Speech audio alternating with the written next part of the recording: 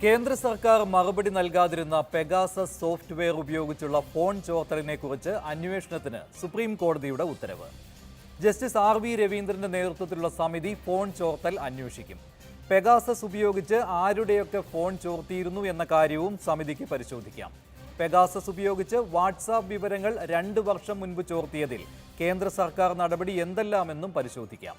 സാങ്കേതിക സംവിധാനങ്ങളുടെ വളർച്ച അംഗീകരിക്കുമ്പോഴും സ്വകാര്യതയിലേക്കുള്ള കടന്നുകയറ്റം, അഭിപ്രായ സ്വാതന്ത്ര്യത്തിന്റെ ലംഘനം എന്നിവ അംഗീകരിക്കാൻ കഴിയില്ല എന്നാണ് സുപ്രീം കോടതി ഇന്ന് പറഞ്ഞത്.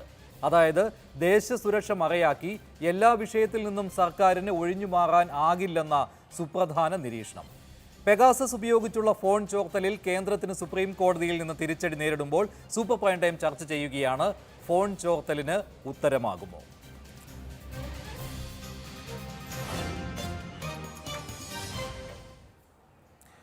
സൂപ്പർ പ്രൈം ടൈമിൽ ചേരുന്നത് മുതിർന്ന മാധ്യമപ്രവർത്തകനും ഈ കേസിലെ ഹർജിക്കാരനുമായ ശശികുമാർ, കേസിലെ മറ്റൊരു ഹർജിക്കാരനായ ജോൺ ബ്രിട്ടാസ് MP, BJP നേതാവ് B ഗോപാലകൃഷ്ണൻ, അഡ്വക്കേറ്റ് ശ്രീറാം പറക്കോട്ട് എന്നിവരാണ്. ആദ്യം ശ്രീ ശശികുമാർ, ഫോൺ ചോർത്തലിന്റെ വിശദവിവരങ്ങൾ രാജ്യസുരക്ഷയെ കരുതി വെളിപ്പെടുത്താനാവില്ല, ഇതായിരുന്നുവല്ലോ കേന്ദ്ര സർക്കാരിന്റെ നിലപാട്. സുപ്രീം കോടതി ഇപ്പോൾ സമിതിയെ നിയോഗിച്ചിരിക്കുകയാണ്.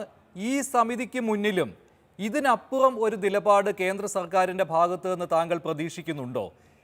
അതോ കേന്ദ്ര സർക്കാരിന്റെ കയ്യിൽ നിന്ന് കാര്യങ്ങൾ കൈവിട്ടു പോയിരിക്കുകയാണോ? കേന്ദ്ര സർക്കാരിൻ്റെ കയ്യിൽ നിന്ന് ഇത് മാറിയല്ലോ. ഇപ്പോൾ സുപ്രീം കോടതിയുടെ കീഴിൽ ഒരു കമ്മിറ്റി ഉണ്ടാക്കുന്നു. അതൊരു ഫോർമർ റിട്ടയർഡ് സുപ്രീം കോടതി ജഡ്ജി ജസ്റ്റിസ് രവീന്ദ്രനെ ഏൽപ്പിക്കുന്നു. അദ്ദേഹത്തിനെ സഹായിക്കാൻ വേറെ 2 പേരുണ്ട്. അതുകൂടാതെ ഒരു 3 പേരുടെ എക്സ്പേർട്ട് കമ്മിറ്റിയുണ്ട്, ടെക്നിക്കൽ കമ്മിറ്റി. അവരിത് അന്വേഷിച്ചിട്ട് കഴിയുന്നതും വേഗം ഇതിൻ്റെ ഒരു റിപ്പോർട്ട് സുപ്രീം കോടതിക്ക് സമർപ്പിക്കാനാണ് പറഞ്ഞിരിക്കുന്നത്.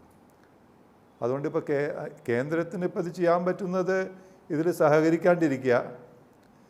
പക്ഷെ അതൊരു ധിക്കാരമായി മാറില്ലേ? അപ്പോൾ ഒരു കമ്മിറ്റി, അതിലൊരു റിട്ടയർഡ് സുപ്രീം കോടതി കീഴിലുള്ളൊരു കമ്മിറ്റി ആവശ്യമുള്ളതൊക്കെ ചോദിച്ചത് കൊടുക്കണം. അപ്പോൾ അതുകൊണ്ട് ഇപ്പോൾ ഇനി ഇതുവരെയും കേന്ദ്രത്തിന് ഇത് ഒഴിവാക്കാമായിരുന്ന ഒരു സാഹചര്യം ഉണ്ടായിരുന്നു ഈ ഹിയറിങ്സിൽ. അതിനുള്ള സാവകാശവും അതിനുള്ള അവധിയും ഒരുപാട് സമയവും സുപ്രീം കോടതി കൊടുത്തിരുന്നു. സോളിസിറ്റർ ജനറലോട് പറഞ്ഞു, നിങ്ങളൊരു ഡീറ്റെയിൽഡ് അഫിഡവിറ്റ് ഫയൽ ചെയ്യൂ. പക്ഷേ ഗവൺമെൻറ് നിലവാരം സോളിസിറ്റർ ജനറൽ മുഖാന്തരം അറിയിച്ചത് നമ്മൾ മനസ്സിലാക്കുന്നത്, ഞങ്ങൾ പെഗസസ് ഉപയോഗിച്ചോ എന്ന് പറഞ്ഞാലും പ്രശ്നമാണ്, ഉപയോഗിച്ചില്ല എന്ന് പറഞ്ഞാലും പ്രശ്നമാണ്. കാരണം രണ്ടും രാജ്യസുരക്ഷതയെ ബാധിക്കുന്നുള്ളതായിരുന്നു നിലവാരം. അത് നമുക്ക് തന്നെ അത് വിശ്വസിക്കാൻ പറ്റാത്തൊരു കാര്യമായിരുന്നു. അത് സുപ്രീം കോടതിക്കും വിശ്വസിക്കാൻ അത് സ്വീകരിച്ചില്ല, അത് തള്ളി എന്നുള്ളതാണ് ഇപ്പോൾ നമ്മൾ മനസ്സിലാക്കേണ്ടത്. അതുകൊണ്ടാണ് ഈ കമ്മിറ്റി രൂപീകരിക്കുന്നത്. അതുകൊണ്ട് ഞങ്ങളുടെ പ്രാർത്ഥന, ഞങ്ങളുടെ അഭ്യർത്ഥന കോടതിയുടെ മുമ്പിൽ പെറ്റീഷനേഴ്സായിട്ട് എൻ്റെയും രാമിൻ്റെയും അഭ്യർത്ഥന ഇതായിരുന്നു, ഇത് കോടതി അന്വേഷിക്കണം. ഗവൺമെൻറ്റിൻ്റെ കമ്മിറ്റി അന്വേഷിച്ചാൽ പോരാ. അതാണ് ഗവൺമെൻറ് മുൻവച്ച ഒരു കൗണ്ടർ. ഞങ്ങളിതൊരു കമ്മിറ്റി രൂപീകരിച്ച് ഇത് അന്വേഷിക്കാം, എന്നിട്ട് അതിൻ്റെ റിപ്പോർട്ട് സുപ്രീം കോടതിക്ക് നൽകാമെന്നായിരുന്നു. പക്ഷെ അതെങ്ങനെയാണ്? അത് വിശ്വസനീയതയില്ലാത്തൊരു കമ്മിറ്റി ആവില്ലേ? കാരണം ഗവൺമെൻറ്റാണ് ഈ പെഗസസ് ഉപയോഗിച്ചെങ്കിൽ ഗവൺമെൻറ് എന്നൊരു കമ്മിറ്റി ഉണ്ടാക്കി അത് അന്വേഷിക്കുന്നതിൽ വല്ല അർത്ഥമുണ്ടോ? അതുകൊണ്ടാണ് വിപുലമായ അധികാരം ഈ കമ്മിറ്റിക്ക് കൊടുത്തിട്ടുണ്ട്. അത് ആ ടേംസ് ഓഫ് റെഫറൻസിൽ വ്യക്തവുമാണ്. ഫോൺ ചോർത്തലിൽ ഇതുവരെ പുറത്തു വന്ന കുറേയേറെ തെളിവുകൾ സുപ്രീം കോടതിക്ക് മുന്നിൽ എത്തിയിരുന്നു. അത് ഹർജിക്കാർ ഹാജരാക്കിയതാണ്, ഓഡിയോ തെളിവുകൾ വരെ. കേന്ദ്രത്തിനായിരുന്നു മറുപടി ഇല്ലാതെ കമ്മിറ്റിക്ക് പറഞ്ഞ പോലെ ഒരു ലിമിറ്റേഷൻ ഇല്ല. ഈ 3 ടെക്നിക്കൽ മെമ്പേഴ്സ്ക്ക് അല്ലാതെ അത് ഉപരി വളരെ വ്യക്തമാക്കിയിട്ടുണ്ട് ചീഫ് ജസ്റ്റിസ് ഇന്ന് ടേംസ് ഓഫ് റെഫറൻസിൽ. അദ്ദേഹം അത് എൻ്റെ സാരാംശം പറഞ്ഞപ്പോഴും ഹിയറിങ്ങിൽ ഇന്ന് കാലത്ത് അദ്ദേഹം വളരെ വ്യക്തമാക്കി, ഈ ജസ്റ്റിസ് രവീന്ദ്രൻ, ഈ കമ്മിറ്റി നയിക്കുന്ന അദ്ദേഹത്തിന് ആരെ വേണമെങ്കിലും വിളിക്കാം, ആരോട് വേണമെങ്കിലും ചോദിക്കാം, കാര്യങ്ങൾ ചോദിക്കാം. അതിവിടെയാണെന്നില്ല, അതിനൊരു പരിമിതിയൊന്നുമില്ല. അപ്പോൾ അതുകൊണ്ട് ഇപ്പോൾ ഇതിനെപ്പറ്റി നിരീക്ഷിച്ച പലരും ഉണ്ടല്ലോ. നമുക്കറിയാം, ആംനസ്റ്റി ഇൻ്റർനാഷണലിൻ്റെ ഉണ്ട്, പിന്നെ ടൊറോണ്ടോയിലുള്ള ഒരു ലാബുണ്ട്. അപ്പോൾ ഇവരൊക്കെ കണ്ടുപിടിച്ചിട്ടാണ് ഇത് പുറത്ത് വരുന്നത്. മാത്രമല്ല നമ്മുടെ ഇന്ത്യയിൽ തന്നെ ഒരുപാട് പത്രപ്രവർത്തകരുടെ ഫോണുകളിൽ പറഞ്ഞോളൂ, കേൾക്കുന്നുണ്ട്. പെഗസസ് ഇൻഫെക്റ്റ് ചെയ്തിട്ടുണ്ടെന്നുള്ളത് പറയുന്നുണ്ട്.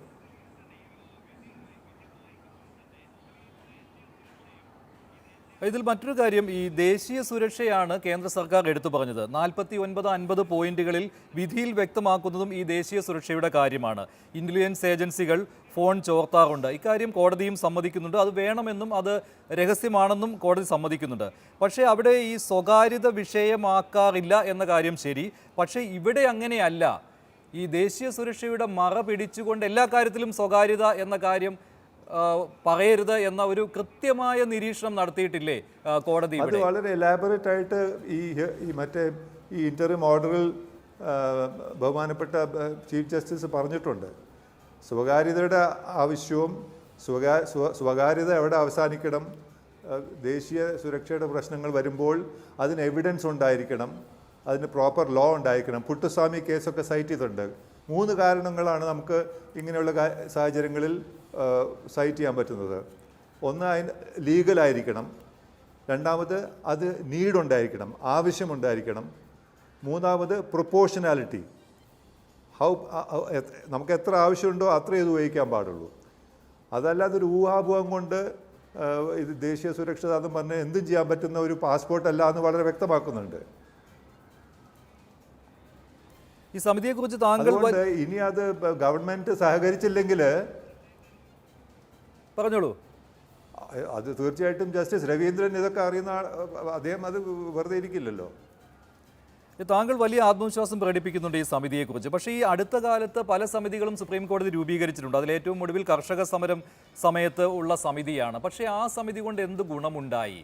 ഈ കാര്യവും ഉയർന്നു വരുന്നുണ്ട്, അത്തരം ആശങ്കകളും.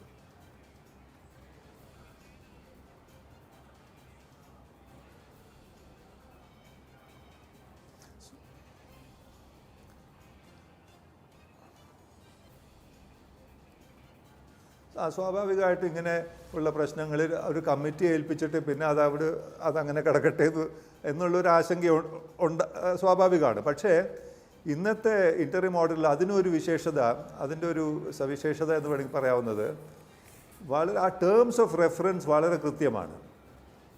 ചീഫ് ജസ്റ്റിസ് ഇന്ററിം ഓർഡറിൽ പറഞ്ഞെങ്കിൽ ടേംസ് ഓഫ് റെഫറൻസ്, ഒന്നാമത് പെഗസസ് ഇവിടെ ഉപയോഗിച്ചിട്ടുണ്ടോ, ഉണ്ടെങ്കിൽ ആരുടെയൊക്കെ പേരിലാണ് ഉപയോഗിച്ചിരിക്കുന്നത്, എന്ത് സാഹചര്യത്തിലാണ് ഉപയോഗിച്ചിരിക്കുന്നത്, ഇത് ഇന്ത്യൻ ഏത് ഏജൻസീസ് ആണോ അല്ലെങ്കിൽ പുറമേയുള്ള ഏജൻസീസ് ആണോ, വളരെ കൃത്യമായിട്ട് 6-7 ടേംസ് ഓഫ് റെഫറൻസ് ഉണ്ട്. അതാണ് അന്വേഷിക്കേണ്ടത്. രണ്ടാമത്, ഇതിനൊരു സമയപരിധി കൃത്യമായിട്ട് വച്ചിട്ടില്ലെങ്കിലും കഴിയുന്നതും വേഗം ഇത് അന്വേഷിച്ച് അതിൻ്റെ റിപ്പോർട്ട് സമർപ്പിക്കണമെന്ന് ഡയറക്ഷനുണ്ട്. മാത്രമല്ല 8 ആഴ്ചയ്ക്ക് ശേഷം ഇതിൻ്റെ ഹിയറിംഗ് വീണ്ടും വച്ചിട്ടുമുണ്ട്. ഇന്നത്തെ ഓർഡറിൽ തന്നെ 8 ആഴ്ചയ്ക്ക് ശേഷം ഈ ഹിയറിംഗ് വീണ്ടും തുടരുമെന്ന് വച്ചിട്ടുണ്ട്. അതുകൊണ്ട് ഇത് അങ്ങനെ വെറുതെ ഒരു ഷെൽഫിൽ വച്ച് വിടാനുള്ള ഒരു ഉദ്ദേശമല്ല എന്നുള്ളത് വളരെ വ്യക്തമാണ്. ആ ഒരു വ്യത്യാസം ഞാൻ കാണുന്നുണ്ട് ഇതിൽ. ശരി, നന്ദി ശ്രീ ശശികുമാർ. ഇത്രയും കാര്യങ്ങൾ വിശദീകരിച്ചതിന്. ശ്രീ ശശികുമാർ ആയിരുന്നു ഒരു ഹർജിക്കാരൻ പെഗാസസ് വിഷയത്തിൽ അന്വേഷണം വേണം എന്ന് സുപ്രീം കോടതിയിൽ ആവശ്യപ്പെട്ടത്. ഇക്കാര്യത്തിലാണ് സുപ്രീം കോടതിയുടെ ഉത്തരവ് വന്നിരിക്കുന്നത്. പെഗാസസ് ഫോൺ ചോർത്തലിൽ സമിതിയെ നിയോഗിച്ചിരിക്കുകയാണ് അന്വേഷണത്തിനായി സുപ്രീം കോടതി. ഇപ്പോൾ ശ്രീ ബി ഗോപാലകൃഷ്ണൻ, ശ്രീ ജോൺ ബ്രിട്ടാസ്, അഡ്വക്കേറ്റ് ശ്രീറാം പറക്കോട്ട് എന്നിവർ ചേരുകയാണ്. ശ്രീ ബി ഗോപാലകൃഷ്ണൻ, അന്വേഷണത്തിന് തയ്യാറാണ് എന്ന് കേന്ദ്ര സർക്കാർ അറിയിച്ചതാണ്. പക്ഷേ ഏത് രീതിയിലുള്ള അന്വേഷണം? ഞങ്ങൾ നിയോഗിക്കുന്ന വിദഗ്ധ സമിതിയെ കൊണ്ടുള്ള അന്വേഷണം അത് തള്ളിയിരിക്കുകയാണ് സുപ്രീം കോടതി. എന്നിട്ട് സുപ്രീം കോടതി ഒരു സമിതിയെ മുന്നോട്ട് വെച്ചിരിക്കുകയാണ്. അതുമാത്രമല്ല, സുപ്രധാനമായ പല നിരീക്ഷണങ്ങളും നടത്തിയിട്ടുണ്ട്. താങ്കൾ വിധിന്യായം വായിച്ചിട്ടുണ്ട് എന്ന് ഞാൻ കരുതുകയാണ്. എങ്ങനെ പ്രതികരിക്കുന്നു ഇന്നത്തെ സുപ്രീം കോടതി ഉത്തരവിനോട്?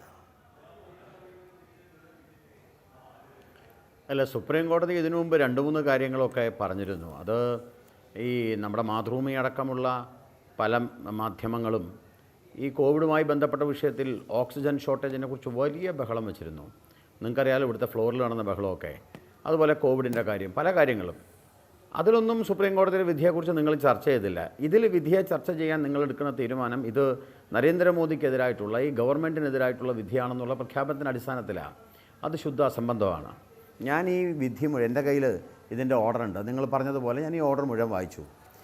എനിക്ക് വാസ്തവത്തിൽ ഇപ്പോഴും മനസ്സിലായിട്ടുള്ള കേരളത്തിലെ മാധ്യമങ്ങൾക്ക് നരേന്ദ്രമോദി സർക്കാരിനെ അസസ് ചെയ്യാനും നരേന്ദ്രമോദി സർക്കാരിനെ മനസ്സിലാക്കാനും ഇതുവരെ കഴിഞ്ഞിട്ടില്ല എന്നുള്ളതാണ് ഏറ്റവും സങ്കടകരമായ കാര്യം. എന്താണോ ഗവൺമെൻറ് ഉദ്ദേശിച്ചത് അതാണിപ്പോൾ സുപ്രീം കോടതി പറഞ്ഞിരിക്കുന്നത്. സുപ്രീം കോടതിയെ കൊണ്ടത് ചെയ്യിപ്പിച്ചിരിക്കുന്നു ഗവൺമെൻറ്. അതാണ് സത്യം. ഗവൺമെൻറ്റിന് പറയാൻ പറ്റുമോ സുപ്രീം കോടതി ഒരു എക്സ്പെർട്ട് കമ്മിറ്റി ഉണ്ടാക്കാൻ? അല്ലല്ലോ. ഗവൺമെൻറ് വളരെ കൃത്യമായിട്ട് പറഞ്ഞു. എന്താ ഗവൺമെൻറ് പറഞ്ഞത്? ഞാനത് നമ്മളങ്ങനെ എല്ലാം വളരെ കാഷ്വലായിട്ട് കാണല്ലേ. നേരത്തെ ശശികുമാർ പറഞ്ഞപ്പോൾ ഗവൺമെൻറ് എന്തോ വലിയ നേട്ടം ഉണ്ടാക്കിയതുപോലെ ഗവൺമെൻറ് ഇതിനെന്തോ തടസ്സം നിൽക്കുന്ന മാതിരി ഒരിക്കലുമില്ല. സുപ്രീം കോടതി തീരുമാനിച്ചതനുസരിച്ചുള്ള എക്സ്പെർട്ട് കമ്മിറ്റിയുമായി ബന്ധപ്പെട്ടിട്ട് എന്തൊക്കെ സഹകരണം ആവശ്യമുണ്ടോ ആ സഹകരണമെല്ലാം ഈ ഗവൺമെൻറ് ചെയ്യും. അത് പറഞ്ഞിട്ടുമുണ്ട്. പക്ഷെ മനസ്സിലാക്കേണ്ട വിഷയം എന്താ വെച്ചാൽ പേജ് നമ്പർ 9 എടുത്ത് വായിക്കേ. ആ പേജ് നമ്പർ 9 വായിക്കുമ്പോൾ നിങ്ങൾക്കത് മനസ്സിലാവും. പേജ് നമ്പർ 9 അഞ്ചാമത് പറയുന്നത് it is our submitted that with a view to dispel any wrong narrative spread by certain vested interest with an object of examining the issue raised. The Union of India will constitute a committee of experts in the field which will go in all aspects to the issue. എന്നിട്ട് പറയുന്നു ഇത് supreme കോടതി monitor ചെയ്തോട്ടെ ഈ expert കമ്മിറ്റിയെ. ഈ ഒരു കാര്യത്തെയാണ് supreme കോടതി തൽക്കാലം നിങ്ങൾ ചെയ്യേണ്ട. എന്താ കാരണം? അതിൽ ബെഞ്ച് പറഞ്ഞിരിക്കുന്നത് we decline request of union of India to dismiss this and allow this request to form a committee. It was an uphill task to choose an independent members. ഒരു ഗവൺമെൻറ് സ്വാഭാവികമായും രാഷ്ട്രീയ പാർട്ടി അധികാരത്തിൽ വരുന്ന ജനാധിപത്യത്തിലൂടെ അധികാരത്തിൽ വരുന്ന ഒരു രാഷ്ട്രീയ പാർട്ടിയുടെ ഒരു കമ്മിറ്റി ഒരു ഗവൺമെൻറ് എടുക്കുന്ന കമ്മിറ്റിയിൽ ഒരു പക്ഷേ ഇൻഡിപെൻഡൻ്റ് ആണ് എന്ന് മുഴുവൻ പറയാൻ പറ്റില്ല എന്ന് ഞങ്ങൾക്ക് തോന്നുന്നു. അതുകൊണ്ട് ഞങ്ങൾ ഒരു എക്സ്പെർട്ട് കമ്മിറ്റി വെക്കുന്നു. പക്ഷേ അത് തന്നെയാണ് ശ്രീ ബി ഗോപാലകൃഷ്ണൻ താങ്കൾ പറഞ്ഞത്. അല്ല, ഞാൻ പറഞ്ഞതും ഇക്കാര്യം തന്നെയാണ്. അതിൽ താങ്കൾക്ക് തോന്നി കേന്ദ്ര സർക്കാരിനെ വലിയ രീതിയിൽ കുറ്റപ്പെടുത്തുന്നതിന് വേണ്ടി മനഃപൂർവ്വം ഏതോ ഒരു പോയിന്റ് എടുത്ത് വാദിക്കുന്നുവെന്ന്. ഇതാണ് ആ പോയിന്റ്. 57ാമത്തെ പോയിന്റായിട്ട് കൃത്യമായിട്ട് താങ്കൾക്ക് വായിച്ചു നോക്കാമല്ലോ. It is for the reason above that we decline the respondent Union of India's plea to allow them to appoint an expert committee for the purpose of investigating the allegations, as such a course of action would violate the settled judicial principle against bias. Justice must not only be done but also be seen to be done. അത് 6 ഏതാണെന്നും കൃത്യമായിട്ട് പറഞ്ഞിട്ടുണ്ട്. Allegations that the Union or state government are party to the rights deprivations of the citizens. അതായത് കേന്ദ്ര സർക്കാർ അവിടെ പറഞ്ഞ് ഞങ്ങൾ വെച്ചോളാമെന്ന്, അത് പറ്റില്ല എന്നതിന് കാരണം വ്യക്തമായിട്ട് പറയുന്നുണ്ട്. കേന്ദ്ര സർക്കാർ ഡിക്ലൈൻ ചെയ്തതാണെന്നും കൃത്യമായിട്ട് പറയുന്നുണ്ട്. എവിടെയെന്നെങ്കിലും ഒരു പോയിന്റ് എടുത്ത് വാദിച്ചതല്ല, കൃത്യമായിട്ട് പറഞ്ഞതാണ്. മഞ്ജുഷേ, അത് തന്നെയാണ് ഞാൻ പറഞ്ഞത്. ഇന്ത്യയുടെ ഇലക്ട്രോണിക് മേഖലയിലെ ഇന്ത്യൻ ഗവൺമെൻറ്റിൻ്റെ പ്രധാനപ്പെട്ട ചുമതല വഹിക്കുന്ന മിസ്റ്റർ രാജേന്ദ്ര കുമാർ, അദ്ദേഹം വളരെ കൃത്യമായിട്ട് ബഹുമാനപ്പെട്ട കോടതിയിൽ അദ്ദേഹത്തിൻ്റെ വകയായിട്ട് കൊടുത്തിട്ടുള്ള ആ അഫിഡവിറ്റിൽ വളരെ കൃത്യമായി പറഞ്ഞ കാര്യമാണ് ഞാൻ നേരത്തെ നിങ്ങളോട് പറഞ്ഞത്. There was a narrative spreaded by a certain vested interest with an object to examining the issue raised. അത് വന്നതുകൊണ്ട് ഒരു മാലേഞ്ച്യം ഈ ഗവൺമെൻറ്റിനെ മോശമാക്കാൻ വേണ്ടിയുള്ള ഒരു ശ്രമം നടത്തുന്നതിനിടയിൽ ഞങ്ങൾ രംഗത്ത് വന്നിരിക്കുന്നു. ബഹുമാനപ്പെട്ട സുപ്രീം കോടതിയുടെ മേൽനോട്ടത്തിൽ ഞങ്ങൾ ഒരു സമിതിയെ നിയോഗിച്ചിരിക്കുന്നു. അത് തന്നെയാണ് കേന്ദ്ര സർക്കാരിന്റെ ആവശ്യം നിരാകരിച്ചു എന്ന് പറയുന്നത്. അതേ പോയിന്റിൽ തന്നെയാണ്. അത് കുറ്റപ്പെടുത്തലായിട്ട് പറഞ്ഞുകൊണ്ട് തിരിച്ചു അത്തരത്തിലുള്ള കുറ്റപ്പെടുത്തൽ നടത്തരുത്. വിധി തന്നെയാണ് ഞാനും വായിക്കുന്നത്. പിന്നെ താങ്കൾ ഈ അഫിഡവിറ്റിന്റെ കാര്യം പറഞ്ഞപ്പോൾ ആ ലിമിറ്റഡ് അഫിഡവിറ്റിന്റെ പ്രത്യേകത എന്താണെന്ന് കൂടി കോടതി പറഞ്ഞിട്ടുണ്ട്. താങ്കൾ ഈ പറയുന്ന അഫിഡവിറ്റിന്റെ സത്യവാങ്മൂലത്തിന്റെ പ്രത്യേകത എന്താണെന്നും കൂടി പറഞ്ഞിട്ടുണ്ട്. Vague denial in the limited affidavit filed by the respondent union of India എന്നാണ്. അതായത് ആ അഫിഡവിറ്റിനകത്ത് ഒന്നുമില്ല എന്നാണ് പറഞ്ഞിരിക്കുന്നത്. ഞാനൊന്ന് പറഞ്ഞു തീരട്ടെ. ഞാൻ പറഞ്ഞത് എന്താ? ഞാൻ പറഞ്ഞത് the crux of the affidavit എന്താ? The crux of the affidavit എന്ന് പറഞ്ഞാൽ ഒരു എക്സ്പെർട്ട് കമ്മിറ്റിയാണ്. ആ എക്സ്പെർട്ട് കമ്മിറ്റി ഞങ്ങൾ ഉണ്ടാക്കാമെന്നല്ലേ ഗവൺമെൻറ്റിന് പറയാൻ പറ്റുക? അല്ലാതെ എക്സ്പെർട്ട് കമ്മിറ്റി ഞങ്ങൾക്ക് ഉണ്ടാക്കാൻ പറ്റില്ല, നിങ്ങൾ ഉണ്ടാക്കിക്കോളാമെന്ന് ആരെങ്കിലും പറയുമോ? എക്സ്പെർട്ട് കമ്മിറ്റി ഗവൺമെൻറ് ഉണ്ടാക്കാമെന്ന് ഗവൺമെൻറ് പറയുന്നതിൻ്റെ ലക്ഷ്യം തന്നെ എക്സ്പെർട്ട് കമ്മിറ്റിയിലേക്ക് കാര്യങ്ങൾ പോകണം എന്നുള്ളതാണ്. ആ എക്സ്പെർട്ട് കമ്മിറ്റി സുപ്രീം കോടതി ഉണ്ടാക്കിക്കോട്ടെ എന്നുള്ളത് കൊണ്ട് തന്നെയാണ്. ഇപ്പോൾ ആരുടെ കയ്യിലാണ് പന്ത്? ആരുടെ ഗോൾ പോസ്റ്റിലാണ് ഇപ്പോൾ പന്ത് നിൽക്കുന്നത്? ഇപ്പോൾ സുപ്രീം കോടതിയുടെയാ. ഇതുവരെ ഈ ഗവൺമെൻറ് പറഞ്ഞിരുന്നത് ഞങ്ങൾക്ക് ചില കാര്യങ്ങൾ വെളിവാക്കാൻ കഴിയില്ല. അപ്പോൾ സുപ്രീം കോടതി പറയുന്നു നിങ്ങൾ ഈ നാഷണൽ സെക്യൂരിറ്റിയുടെ പേര് പറഞ്ഞുകൊണ്ട് എല്ലാ കാര്യവും ഇങ്ങനെ പൊതിഞ്ഞു വെക്കാൻ പറ്റില്ല. വേണ്ട, പൊതിഞ്ഞു വെക്കുന്നില്ല. ഇങ്ങനെ തന്നെയായിരുന്നല്ലോ നമ്മുടെ റഫേലിൻ്റെ വിഷയത്തിലുണ്ടായത്. ഇപ്പോൾ ഇതിനകത്ത് അന്വേഷണം നടത്തി ആ അന്വേഷണവുമായി ബന്ധപ്പെട്ട് നാഷണൽ സുരക്ഷയുമായി ബന്ധപ്പെട്ടൊരു വിഷയമാണെങ്കിൽ സുപ്രീം കോടതി വെളിയിൽ പറയാൻ പറ്റുമോ? സുപ്രീം കോടതിയുടെ കയ്യിലേക്ക് സുപ്രീം കോടതി പറഞ്ഞിട്ടുണ്ട്. ബി ഗോപാലകൃഷ്ണൻ, ഈ കേസിന്റെ വാദം നടക്കുന്ന സമയമായിരുന്നുവെങ്കിൽ നമുക്ക് ഇതൊക്കെ അംഗീകരിച്ച് പോകാമായിരുന്നു. പക്ഷേ ഉത്തരവിൽ ഇത് കൃത്യമായിട്ട് നാഷണൽ സെക്യൂരിറ്റിയുടെ കാര്യവും സ്വകാര്യതയുടെ കാര്യവും കൃത്യമായി എടുത്തു പറഞ്ഞിട്ടുണ്ട്. കോടതിക്ക് മനസ്സിലാകാത്തത് കൊണ്ടല്ല. കോടതി പറയുന്നുണ്ട് ഇന്റലിജൻസ് ഏജൻസികൾക്ക് സാധ്യമാണ് ഫോൺ ചോർത്തുന്നതിന് വേണ്ടി, രഹസ്യങ്ങൾ സൂക്ഷിക്കുന്നതിന് വേണ്ടിയൊക്കെ. പക്ഷേ ഇവിടെ അങ്ങനെയല്ലല്ലോ സംഭവിച്ചിരിക്കുന്നത് എന്ന് സംശയിക്കുകയാണ് കോടതി ഉണ്ടായത്. അല്ല, താങ്കൾ പറയുന്നത് പോലെ കേന്ദ്ര സർക്കാർ ഒരു തീരുമാനമെടുത്തു, അത് അതേപടി അങ്ങ് അംഗീകരിച്ചു, സുപ്രീം കോടതിയെ കൊണ്ട് ചെയ്യിച്ചു. ഇതെങ്ങനെ അംഗീകരിച്ചു കൊണ്ട് പോകാൻ പറ്റും? എൻ്റെ മഞ്ജുഷ, നിങ്ങൾ എങ്ങനെ വേണമെങ്കിലും വ്യാഖ്യാനിച്ചോ. ഞാൻ വളരെ കൃത്യമായിട്ട് ഇതിൻ്റെ ക്രക്സിലേക്ക് വരുന്നത്. കേന്ദ്ര ഗവൺമെൻറ് എന്താ പറഞ്ഞത്? കേന്ദ്ര ഗവൺമെൻറ് പറഞ്ഞത് ഒരു എക്സ്പെർട്ട് കമ്മിറ്റിയെ വെച്ചോളൂ. സുപ്രീം കോടതി എന്താ പറഞ്ഞത്? എക്സ്പെർട്ട് കമ്മിറ്റിയെ വെച്ചോളൂ. കേന്ദ്ര ഗവൺമെൻറ് പറഞ്ഞു ഞങ്ങൾ വെക്കാം. സുപ്രീം കോടതി പറഞ്ഞു നിങ്ങൾ വെക്കണ്ട, ഞങ്ങൾ വെക്കാം. ഇത്രയല്ലേ വ്യത്യാസമുള്ളൂ. അതിന്റെ പേരിൽ അതൊരു വലിയ വ്യത്യാസം തന്നെയാണ്. ഞാൻ താങ്കളിലേക്ക് വരാം. ശരി, ശ്രീ ജോൺ ബ്രിട്ടാസ്, ഇത് കേന്ദ്ര സർക്കാരിന്റെ വിജയമായിട്ടാണ്. അല്ല, ഞാൻ എല്ലാവരിലേക്കും വരാം. ഞാൻ എല്ലാവർക്കും സമയം കൊടുക്കട്ടെ, ഒരുപാട് നേരം കാത്തിരിക്കുന്നതുകൊണ്ടാണ്. ശ്രീ ജോൺ ബ്രിട്ടാസ്, കേന്ദ്ര സർക്കാരിന് പരാജയം സംഭവിച്ചിട്ടില്ല എന്ന വാദമാണല്ലോ ചുരുക്കത്തിൽ പറഞ്ഞു കഴിഞ്ഞാൽ ശ്രീ ബി ഗോപാലകൃഷ്ണൻ ഇവിടെ ഉന്നയിക്കുന്നത്. മറുപടി?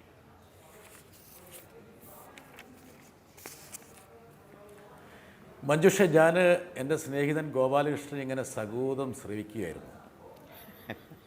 പ്രധാനമന്ത്രി നരേന്ദ്രമോദിയോ ആഭ്യന്തരമന്ത്രി അമിത്ഷയോ പോലും മനസ്സിൽ വിചാരിക്കാത്ത ഒരു ന്യായീകരണവുമായി എൻ്റെ സ്നേഹിതൻ രംഗത്ത് വന്നു എന്നുള്ളത് ആരെയും അമ്പരിപ്പിക്കുന്നതാണ്. അത് എൻ്റെ സ്നേഹിതൻ ഗോപാലകൃഷ്ണൻ്റെ അസാധ്യമായിട്ടുള്ളൊരു കഴിവാണ്.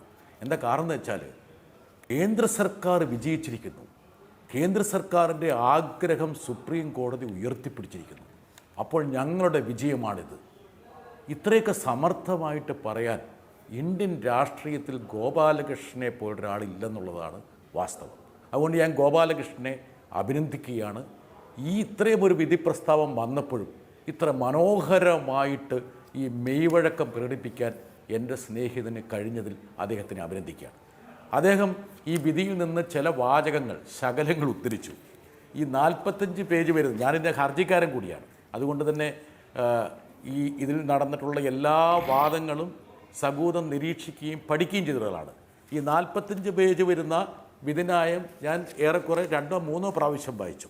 അതിൻ്റെ ഒരു ഓപ്പറേറ്റീവ് പോർഷൻ ഞാൻ വായിക്കും. അദ്ദേഹം ഒരു ശകലം വായിച്ചുകൊണ്ടാണ്: There has only been an omnibus and vague denial in the limited affidavit filed by the respondent Union of India, which cannot be sufficient. In such circumstances, we have no option but to accept that prima facie case made out by the petitioners to examine the allegations made. ഇതാണ് operative portion. 2, ഇനി ഗോപാലകൃഷ്ണൻ എവിടുന്നോ അടർത്തിയെടുത്ത് 1-2 സാധനമുണ്ട്. എന്തായിരുന്നു ഈ ഒരു വിധിക്ക്? അതാണ് ഞാൻ ജോൺ ബുട്ടാസ, പേജ് 9 സംശയം തീർത്തേക്കൂ. കാരണം ഞാൻ 9ാമത്തെ പേജ് എടുത്തിട്ടില്ല. കാരണം എന്ന് വെച്ചാൽ ഞാൻ 32ാമത്തെ പേജ് മുതലേ എടുത്തിട്ടുള്ളൂ. കാരണം അവിടെ മുതലാണല്ലോ വിധിയുടെ പ്രധാന ഭാഗങ്ങൾ തുടങ്ങുന്നത്. 32ാമത്തെ 33ാമത്തെ പേജ് മുതൽ 9ാം പേജിലൊക്കെ ഈ വാദസമയത്തെ കാര്യങ്ങളായിരുന്നു.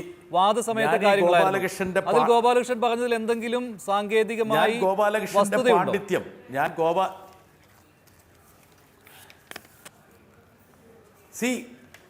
കേന്ദ്ര സർക്കാർ ഒരു സമിതിയെ വെക്കാമെന്നുള്ള ഒരു ഓഫർ വെച്ചു. ആ സമയം തന്നെ ഞങ്ങളുടെ അഭിഭാഷകർ പറഞ്ഞു, കേന്ദ്ര സർക്കാരിൻ്റെ സംഘത്തെയല്ല വേണ്ടത്, കോടതി നിരീക്ഷണത്തിലുള്ള ഒരു സ്വതന്ത്ര സംഘമാണ് വേണ്ടത്. അല്ലാതെ ഇപ്പോൾ ഇതിൽ പ്രതി ആരാണ്? റെസ്പോണ്ടൻ്റ് ആരാണ്? യൂണിയൻ ഓഫ് ഗവൺമെൻറ് ആണ്. അതെങ്കിലും മനസ്സിലാക്കാനുള്ള ഒരു ധാരണ ഗോപാലകൃഷ്ണന് വേണ്ടേ? അപ്പോൾ പ്രതിസ്ഥാനത്ത് നിൽക്കുന്ന ഞങ്ങളുടെയൊക്കെ ഫോണുകൾ ചോർത്തി ഇത്രമാത്രം സ്പൈയിങ് നടത്തിയെന്ന് ഞങ്ങൾ ആരോപിക്കുന്ന കേന്ദ്ര സർക്കാരിനോട്, പ്രതിയോട് പറയുകയാണ്, നിങ്ങളിത് അന്വേഷിക്കാൻ വേണ്ടി ഏതാനും ഉദ്യോഗസ്ഥരെ വെച്ചൊരു സമിതി ഉണ്ടാക്കിക്കൊള്ളാൻ. അങ്ങനൊരു സമിതിയെ അന്നത്തെ വാദങ്ങളുടെ ഇടയിൽ പോലും ഞങ്ങൾ അംഗീകരിച്ചിട്ടില്ല, സുപ്രീം കോടതി അംഗീകരിച്ചിട്ടില്ല. സുപ്രീം കോടതി അംഗീകരിക്കാതിരിക്കാനുള്ള കാരണവും പറഞ്ഞു. അതായത് നിങ്ങളുടെ ഉദ്ദേശശുദ്ധിയെക്കുറിച്ചൊന്നും അല്ല ഇപ്പോൾ ഇവിടെ ചർച്ച. എന്താ കാരണം? ഒരു കംപ്ലീറ്റ് നിരവധി തവണ അവസരം ലഭിച്ചിട്ട് പോലും ദേശീയ സെക്യൂരിറ്റി എന്നുള്ള, ദേശീയ സുരക്ഷ എന്നുള്ള വാക്കിൽ ഒരു അലിബിയാക്കി എടുത്തുകൊണ്ട് ഒരു വിശദമായിട്ടുള്ള അഫിഡവിറ്റ് പോലും സമർപ്പിക്കാൻ തയ്യാറാകാത്ത നിങ്ങളെക്കുറിച്ചാണ് സുപ്രീം കോടതി വിശദമായിട്ട് പറഞ്ഞിരിക്കുന്നത്. നിങ്ങളൊരു മനസ്സിലാക്കണം, കഴിഞ്ഞ ഒരു 6-7 വർഷമായിട്ട് ഈ ഇന്ത്യ മഹാരാജ്യത്ത് ഏറ്റവും കൂടുതൽ ഉയർന്നു കേൾക്കുന്ന 2 പദങ്ങളുണ്ട്: ദേശസ്നേഹവും ദേശസുരക്ഷയുമാണ്. സുപ്രീം കോടതി എന്താ പറഞ്ഞത്? ദേശസുരക്ഷ എന്നുള്ള ഇൻവേർട്ടർ കോമ ഒരു പദം വെച്ചുകൊണ്ട് പൗരൻ്റെ സ്വകാര്യതയിലേക്ക് നിങ്ങൾക്ക് കടന്നാക്രമണം നടത്താൻ കഴിയില്ല. 2017 സുപ്രീം കോടതി വിധി കൃത്യമായിട്ട് പറയുന്നുണ്ട്, സ്വകാര്യത എന്ന് പറയുന്നത് പൗരൻ്റെ മൗലിക അവകാശമാണ്. 3, ഇനി ദേശീയ സെക്യൂരിറ്റിക്ക് വേണ്ടിയിട്ട് നിങ്ങൾ വേണമെങ്കിൽ ആൾക്കാരുടെ ഫോൺ ചോർത്തിക്കോ, പക്ഷേങ്കിൽ ഒരു നിയമത്തിൻ്റെ നടപടിക്രമത്തിൻ്റെ ഒരു പിൻബലം വേണം. അത് മാത്രമല്ല, 3 കണ്ടീഷൻസ്.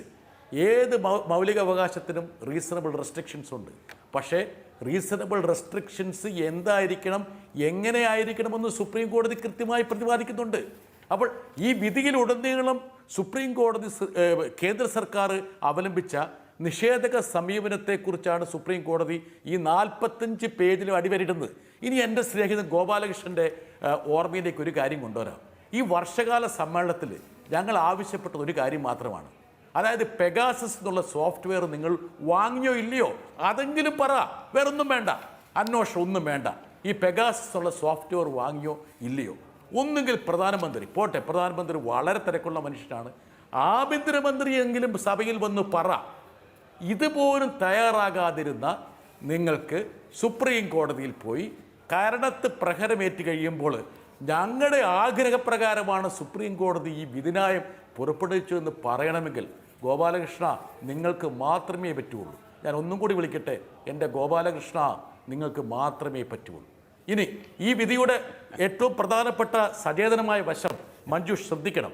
ഈ വിധിയുടെ ഓപ്പറേറ്റീവ് പോർഷൻ എന്താണ്? അത് വളരെ പ്രധാനമാണ്. അതായത് ഈ സുപ്രീം കോടതി വിധിയിൽ 3 ഏഴുകളുണ്ട്. എന്താണ് 3 ഏഴുകൾ? ഇത്തരം ഒരു വിധി പ്രസ്താവന നടത്താൻ പ്രേരകമായ കാരണങ്ങളെ സുപ്രീം കോടതി 7 പോയിന്റുകളായിട്ട് വിവരിച്ചിട്ടുണ്ട്. 7 പോയിന്റുകളിൽ പരിഗണനാ വിഷയങ്ങളും എടുത്തു കാട്ടുന്നുണ്ട്. 3 ഭാവിയിലേക്ക് പൗരൻ്റെ സുരക്ഷ ഉറപ്പുവരുത്താൻ വേണ്ടിയിട്ടുള്ള കരുതലുകൾക്ക് വേണ്ടി ഏതൊക്കെ മേഖലകളിലാണ് നിങ്ങൾ റെക്കമെൻഡേഷൻ അവതരിപ്പിക്കേണ്ടതെന്ന് പറഞ്ഞിട്ടുണ്ട്. ഇനി ഒന്നും കൂടി ഞാൻ പറയാം. ഗോപാലകൃഷ്ണൻ മനസ്സിൽ വിചാരിക്കുന്നുണ്ടാവും സുപ്രീം കോടതിയൊക്കെ തീരുമാനിച്ചു, പക്ഷേ ഞങ്ങൾക്ക് ഇതൊന്നും വലിയ ബാധകമല്ലാന്ന്.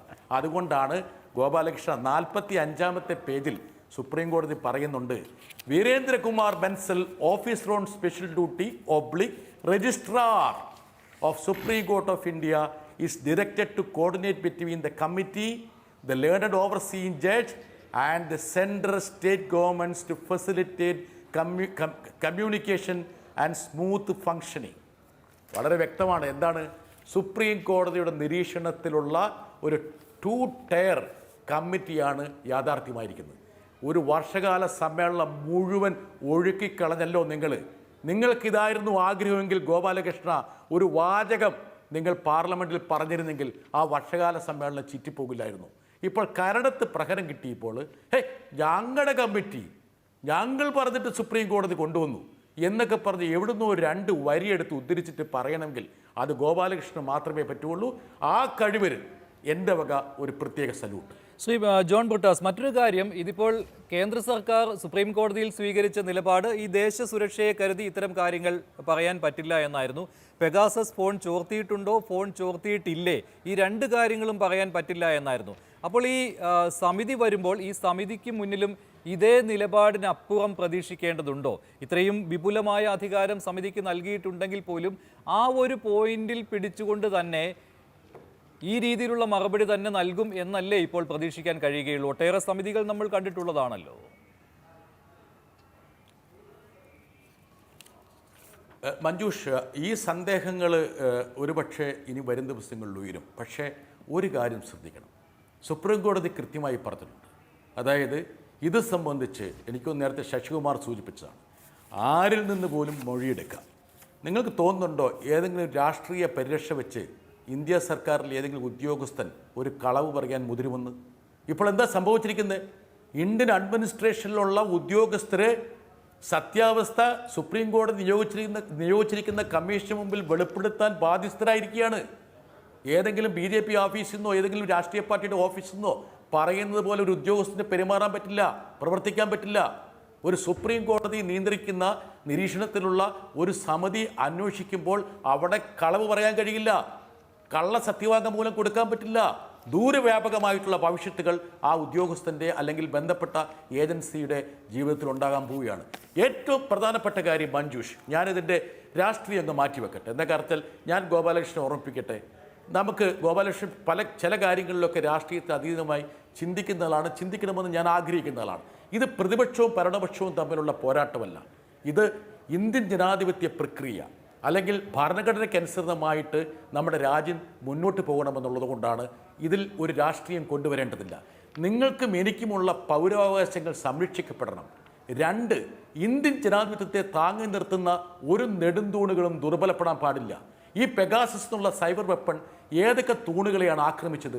ഈ ഗോപാലകൃഷ്ണൻ്റെ പാർട്ടിയിലുള്ള കേന്ദ്രമന്ത്രിമാരെ, ജഡ്ജിമാരെ, രാഷ്ട്രീയ പ്രവർത്തകരെ, നിയമനിർമ്മാണക്കാരെ, മാധ്യമപ്രവർത്തകരെ, സൈനിക മേധാവികളെ, പോലീസ് മേധാവികളെ എന്ന് പറഞ്ഞാൽ ഒരു ജനാധിപത്യ പ്രക്രിയ നിലകൊള്ളേണ്ട നെടുത്തൂണുകളെ മുഴുവൻ ആക്രമിക്കുന്ന ഒരു ആയുധത്തിനെതിരെ പ്രതിരോധമുയർത്തേണ്ടത് എൻ്റെ മാത്രം ആവശ്യമല്ല, ഗോപാലകൃഷ്ണൻ്റെ ആവശ്യം കൂടിയാണ്. മഞ്ജുഷ്, ഒരു ശ്രദ്ധിക്കുക, ഇപ്പോൾ അദ്ദേഹം പത്രപ്രവർത്തകരെ കുറിച്ച് പറഞ്ഞുകൊണ്ട് ഒരു കാര്യം നമ്മൾ ശ്രദ്ധിക്കണം. മാധ്യമരംഗത്തെക്കുറിച്ച് വളരെ സുവിക്തമായിട്ട് വിശദമായിട്ട് സുപ്രീം കോടതി പറഞ്ഞു. അതായത് മാധ്യമ മേഖലയ്ക്ക് മേൽ ഒരു ഡെമോക്രസിൻ്റെ വാള് തൂങ്ങാൻ പാടില്ല. 2, പരിഷ്കൃത രാജ്യങ്ങൾ നീണ്ട ഭരണഘടനാ പോരാട്ടങ്ങളിലൂടെയും ത്യാഗങ്ങളിലൂടെയും നേടിയെടുത്തതാണ് പത്രസ്വാതന്ത്ര്യം എന്നുള്ളത്. 4, ഒരു പത്രവാർത്തയുടെ പ്രഭവ കേന്ദ്രത്തെ നിങ്ങൾ നിർവീര്യമാക്കുമ്പോൾ അല്ലെങ്കിൽ എൻ്റെ ഫോണോ വേറൊരാളുടെ ഫോണ് ചോർത്തപ്പെടുന്നു എന്ന് പറയുമ്പോൾ നമ്മൾ സ്വമേധയാ ഒരു സെൻസർഷിപ്പിന് വിധേയമാകുകയാണ്. നമ്മുടെ പ്രവർത്തനം നമ്മൾ മരവിപ്പിക്കുകയാണ്. അതുകൊണ്ട് ഇത്തരമൊരു സ്നൂപ്പിക്ക് നടന്നു കഴിഞ്ഞാൽ സ്വതന്ത്ര മാധ്യമ പ്രവർത്തനം എന്നുള്ള സംഭവം ഇന്ത്യ രാജ്യത്ത് അസ്തമിക്കുമെന്നാണ് സുപ്രീം കോടതി പറഞ്ഞിരിക്കുന്നത്. അങ്ങനെ വിശദമായിട്ട്, അത് മാത്രമല്ല ഗോപാലകൃഷ്ണൻ മനസ്സിലാക്കേണ്ടത് ഈ കോടതി വിധിയുടെ ധാര അല്ലെങ്കിൽ സ്വാധീനം ഇന്ത്യയിൽ മാത്രം ഒതുങ്ങുന്നതല്ല. എന്താ കാരണം? 45 രാജ്യങ്ങളാണ് ഈ പറഞ്ഞ പെഗാസസ് എന്നുള്ള ഒരു സൈബർ വെയർ വാങ്ങിയിരിക്കുന്നത്. അതുകൊണ്ട് തന്നെ ഇന്ത്യയുടെ സുപ്രീം കോടതി പുറപ്പെടുവിച്ചിരിക്കുന്ന ഈ വിധിന്യായത്തിൻ്റെ അലയൊലികൾ ലോക രാഷ്ട്രീയത്തെ തന്നെ സ്വാധീനിക്കുമെന്നാണ് ഞാൻ വിശ്വസിക്കുന്നത്. ലോകത്തെമ്പാടുമുള്ള പൗരസ്വാതന്ത്ര്യത്തെ നിർണ്ണയിക്കപ്പെടുന്നതിൽ ഏറ്റവും പ്രധാനപ്പെട്ട ഒരു നാഴികക്കല്ലായിട്ട് ഇത് മാറും. അതുപോലെ തന്നെ 2017 പൊട്ടുസ്വാമി കേസിൽ നമുക്ക് സുപ്രീം കോടതി അനുവദിച്ചു നൽകിയ സ്വകാര്യത എന്ന മൗലിക അവകാശത്തിന് ഒരു ഗ്യാരണ്ടി നൽകുകയാണ് ഈ വിധി. എന്ന് വെച്ചാൽ ആ സ്വകാര്യത എന്നുള്ള ആ മൗലികാവകാശം സംരക്ഷിക്കാൻ വേണ്ടി എന്തൊക്കെ സുരക്ഷകൾ, എന്തൊക്കെ പ്രൊവിഷൻസ് വേണമെന്നുള്ളത് ഈ കമ്മിറ്റിയോട് ഡ്രാഫ്റ്റ് ചെയ്യാനാണ് പറഞ്ഞിരിക്കുന്നത്. ഇനി പാർലമെന്റ് നിയമം പാസ്സാക്കാൻ സമയമെടുക്കുകയാണെങ്കിൽ ആ സമയത്തിന് മുന്നിൽ എന്തുകൊണ്ട് എന്തെല്ലാം പരിരക്ഷകൾ ഉണ്ടാകണമെന്ന് കൂടി ഈ കമ്മിറ്റി മുന്നോട്ട് വെക്കേണ്ടി വരും. അതുകൊണ്ട് ഈ കമ്മിറ്റിയുടെ സ്വഭാവം നമ്മൾ വിചാരിക്കുന്നതിൻ്റെ അപ്പുറത്താണ്. ഈ കമ്മിറ്റിയുടെ മുമ്പിൽ ആരെങ്കിലും വന്ന് കളവ് പറയുമെന്ന് എനിക്ക് തോന്നുന്നില്ല. ഒരു കണക്കിന് ഇന്ത്യൻ രാഷ്ട്രീയത്തിലെ ഏറ്റവും പ്രധാനപ്പെട്ട ഒരു ചുവടുവെപ്പായിട്ട് ഞാൻ ശ്രീ ജോൺ ബ്രിട്ടാസ്, ശ്രീ ബി ഗോപാലകൃഷ്ണൻ, താങ്കളുടെ മറുപടി എന്തായാലും താങ്കൾക്ക് വിശദമായി മറുപടി പറയാനുള്ള സമയം നൽകുകയാണ് ഞാൻ. പറഞ്ഞോളൂ. എൻ്റെ സുഹൃത്ത് ജോൺ ബ്രിട്ടാസ് ഇപ്പോൾ ഡൽഹിയിലായതുകൊണ്ട് പണ്ടത്തെ മാതിരി കൈരളിലിരുന്ന് പറയുന്നത് പോലെ കാര്യങ്ങൾ പറയില്ല എന്നായിരുന്നു ഞാൻ ധരിച്ചിരുന്നത്. എന്തായാലും അദ്ദേഹത്തിന് കുറച്ചുകൂടെ മിതത്വം ആ രീതിയിൽ വന്നിട്ടുണ്ട്. അതെനിക്ക് വളരെ ഇഷ്ടപ്പെട്ടു. കാരണം അദ്ദേഹം 2 കാര്യം പറഞ്ഞു. കാരണം 2014 മുതൽ രാജ്യസ്നേഹവും ദേശസ്നേഹവും ദേശസുരക്ഷയും അത് വല്ലാതെ ഇന്ത്യയിൽ കേൾക്കുന്നു എന്നാണ്. അത് ശരിയാണ് സാർ. 2014 മുമ്പ് അത് കേൾക്കാൻ വഴിയുണ്ടായിരുന്നില്ല. കാരണം നിങ്ങളെപ്പോലുള്ള ആളുകളൊക്കെ സപ്പോർട്ട് ചെയ്ത ഭരണമായിരുന്നല്ലോ കാര്യമായ ദേശസുരക്ഷയൊന്നും ഉണ്ടായിരുന്നില്ല. അതുകൊണ്ടാണ് നമുക്ക് പാകിസ്ഥാന് ഭൂമി കൊടുത്തത്. അതുകൊണ്ടാണ് ചൈനയെ നിങ്ങൾ മാടി വിളിച്ചിട്ടും നാട്ടിലെ ജനങ്ങൾ എതിർത്തിട്ടും നമ്മുടെ ഭൂമി 97,000 ചതുരശ്ര കിലോമീറ്റർ ചൈന കൊണ്ടുപോയത്.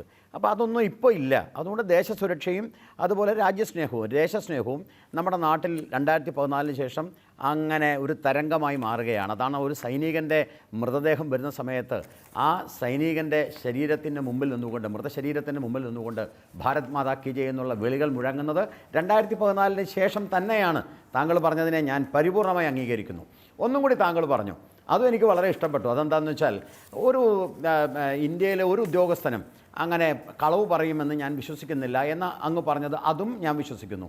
കാരണം സുപ്രീം കോടതിയുടെ മുമ്പിലൊക്കെ പോയിട്ട് ഏതെങ്കിലും ഒരു ഉദ്യോഗസ്ഥൻ കളവ് പറയും ഏതെങ്കിലും രാഷ്ട്രീയ പാർട്ടിക്ക് വേണ്ടി, ഏതെങ്കിലും ഗവൺമെൻറ്റിന് വേണ്ടി, ഞാനും വിശ്വസിക്കുന്നില്ല. നിങ്ങളുടെ ശിവശങ്കരൻ കുറേയൊക്കെ ചെയ്തിട്ടുണ്ട്, പക്ഷേ ഇന്ത്യ ഗവൺമെൻറ്റിൻ്റെ ഭാഗത്തു നിന്ന് അങ്ങനെ ഉണ്ടായിട്ടില്ല, ഉണ്ടാവാനുള്ള സാധ്യതയില്ല. പക്ഷേ എവിടുന്നോ ഗോപാലകൃഷ്ണൻ അടർത്തിക്കൊണ്ടുവന്നത്, ഞാൻ എവിടുന്നോ കൊണ്ടുവന്നതല്ല കേട്ടോ, അങ്ങയുടെ കയ്യിലുണ്ടാവുമായിരിക്കും. എന്തായാലും ഞാൻ മഞ്ജുഷിൻ്റെ കയ്യിലില്ലാത്തത് കൊണ്ട് കാണിക്കുകയാണ്. Page number 9. ആ പേജ് നമ്പർ 9 വളരെ കൃത്യമായി ഒരു കാര്യം പറയുന്നുണ്ട്. അതെന്താ പറയുന്നത്? On 16th August 2021 limited affidavit, കറക്റ്റാണ്, limited affidavit was placed recorded by learned solicitor general that was filed by additional secretary. ഉദ്യോഗസ്ഥനാണ്, അഡീഷണൽ സെക്രട്ടറി, ബി ജെ പിക്കാരനല്ല, additional secretary, ministry of electronics and information technology of union of India. എനിക്ക് തോന്നുന്നു അദ്ദേഹത്തിൻ്റെ പേര് രാജേന്ദ്രകുമാർ എന്നോ മറ്റോ ആണ്. അദ്ദേഹമാണ് ഈ അഫിഡവിറ്റിൽ ആ അഫിഡവിറ്റിൽ, അദ്ദേഹത്തിൻ്റെതായ അഫിഡവിറ്റിലാണ് ഞാൻ നേരത്തെ പറയുന്നത് ഇന്നത്തെ ഒരു നെറേറ്റീവ് ക്രിയേറ്റ് ചെയ്തിട്ടുണ്ട്. ആ നെറേറ്റീവ് എന്താ? ആ നെറേറ്റീവ് ഈ സർക്കാരിനെതിരെ ബോധപൂർവമായിട്ടുള്ള വെസ്റ്റഡ് ഇൻട്രസ്റ്റ്, ആ ഇൻട്രസ്റ്റ് വെച്ചിട്ട് ബോധപൂർവമായിട്ടുള്ള ശ്രമം ഈ സർക്കാരിനെതിരെ നടക്കുന്നു. ആ നരേറ്റീവിനെ ഇല്ലായ്മ ചെയ്യണം. അതിനുവേണ്ടി ഞങ്ങൾ പറയുന്നു ഒരു എക്സ്പെർട്ട് കമ്മിറ്റി വരണം. ശരിയാണ്, ഗവൺമെൻറ് പറഞ്ഞു ഗവൺമെൻറ് എക്സ്പെർട്ട് കമ്മിറ്റി കൊണ്ടുവരാമെന്ന്, സുപ്രീം കോടതി പറഞ്ഞു നിങ്ങൾ കൊണ്ടുവരണ്ട, ഞങ്ങൾ കൊണ്ടുവരാമെന്ന്. ഇത്രയേ ഉള്ളൂ. ഇതിനെ നിങ്ങൾക്ക് വ്യാഖ്യാനിക്കാം. ഞാൻ പറയാൻ ആഗ്രഹിക്കുന്ന ജോൺ ബ്രിട്ടാസ് സുഖമായി ഒന്ന് ഉറങ്ങൂ. ഇത് ബി ജെ പി നരേന്ദ്രമോദിക്ക് എതിരായിട്ടുള്ളതാണ്. ബി ജെ പി ഗവൺമെന്റ് അല്ല, ഒരു മിനിറ്റ്,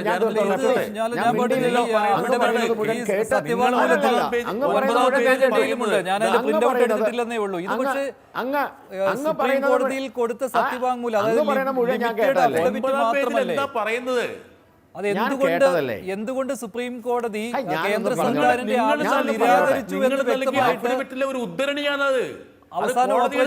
പറയുന്നുണ്ട്. അല്ല ഒരു മിനിറ്റ് ബ്രിട്ടാസെ, അങ്ങ് പറഞ്ഞത് മുഴുവൻ നിശബ്ദമായി കേട്ടിരുന്നതാണ്. അങ്ങ് എന്നെ ബി ഗോപാലകൃഷ്ണനോട് വിളിച്ചില്ലേ? അതുകൊണ്ട് എൻ്റെ സുഹൃത്ത് ജോൺ ബ്രിട്ടാസെ, അങ്ങൊന്ന് അടങ്ങൂ, ഞാനൊന്ന് പറഞ്ഞോട്ടെ. അതുകൊണ്ട് പറയുന്നത് ഈ ശരിയാണെന്ന് എക്സ്പെർട്ട് കമ്മിറ്റിയെ വെച്ചിട്ടുണ്ട്. അങ്ങ് പറഞ്ഞതുപോലെ സ്വകാര്യതയുമായി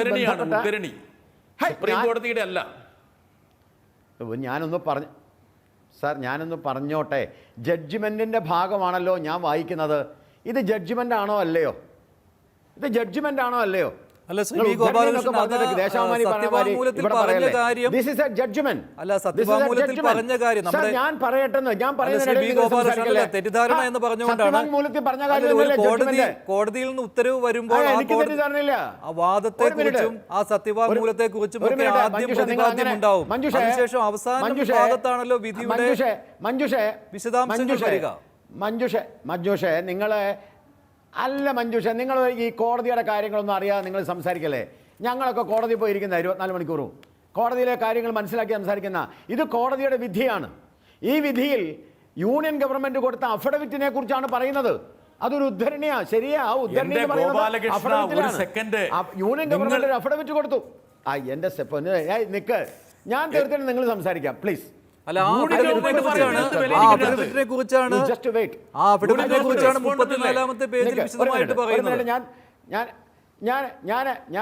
ഞാനൊന്ന് തീർത്തു കഴിഞ്ഞാൽ ജോൺ ബ്രിട്ടാസ് എത്ര നേരം വേണം സംസാരിച്ചു, ഞാൻ കേൾക്കാം.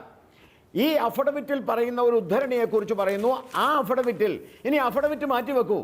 What was the stand of union government? The stand of union government was to set up an expert committee. ഒരു എക്സ്പെർട്ട് കമ്മിറ്റി ഉണ്ടാക്കാമെന്ന് പാർലമെന്റിൽ പറഞ്ഞില്ലേ? രാജ്യസഭയിൽ പറഞ്ഞില്ലേ? നിങ്ങളിരിക്കുമ്പോൾ പറഞ്ഞില്ലേ?